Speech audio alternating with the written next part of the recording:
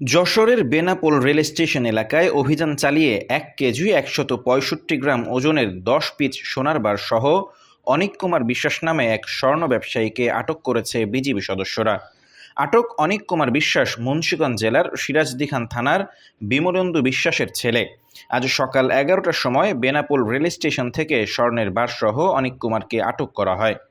Jessore ৪৯ BGB ব্যাটালিয়নের অধিনায়ক lieutenant colonel Shahed Minhaj Siddiqui জানান, গোপন সংবাদের মাধ্যমে জানতে পারি ঢাকা বেনাপোলগামী বেনাপোল এক্সপ্রেস ট্রেনে এক যাত্রী ভারতে পাচারের উদ্দেশ্যে স্বর্ণের একটি চালান নিয়ে আসছে। এ ধরনের সংবাদ পেয়ে বিজিবির একটি টিম নিয়ে বেনাপোল রেল স্টেশন এলাকা থেকে অনিক কুমার বিশ্বাস নামে একজনকে আটক করে। পরে তার পায়ের জুতার ভিতর থেকে ১০ পিস স্বর্ণের বার উদ্ধার করা হয়। উদ্ধারকৃত স্বর্ণের ওজন ১ কেজি ১৬৫ গ্রাম, যার বাজার মূল্য ৯৩,২০,০০০ টাকা। এ ব্যাপারে বেনাপোল পোর্ট থানায় মামলা হয়েছে।